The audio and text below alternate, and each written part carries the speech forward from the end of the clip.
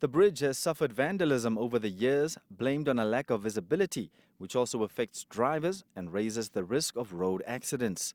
The Swakopmund Bridge used to have copper railings, but these were all stolen. According to the Roads Authority, theft has resulted in millions of dollars in losses, adding that the stolen railings were specialized and constructed before independence. It belongs to us as a country, as a nation.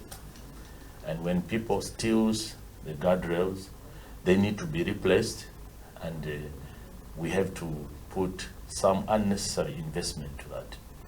So I hope, and we have taken a proactive approach to engage the police and really go after those who have vandalized, especially the Swakop Walsh Bay bridge. So the challenge that we faced with road infrastructure when it comes to damages and theft, that's also the same challenges we faced with our electrical infrastructure that is being damaged, and also that is also stolen because of the copper wire. And the resources that our institutions do use to be able to rehabilitate, maintain and repair the infrastructure comes from the pocket that we would have, where the funds could have been utilized to do expansion of our network. The Roads Authority, the Road Fund Administration and Erongo RED have all agreed to fund the installation of street lights along the bridge. The project, the Erongo RED CEO said, should be completed by December. Together with recently installed CCTV cameras, improved visibility from these lights are expected to deter people from vandalizing the bridge and help to reduce road accidents.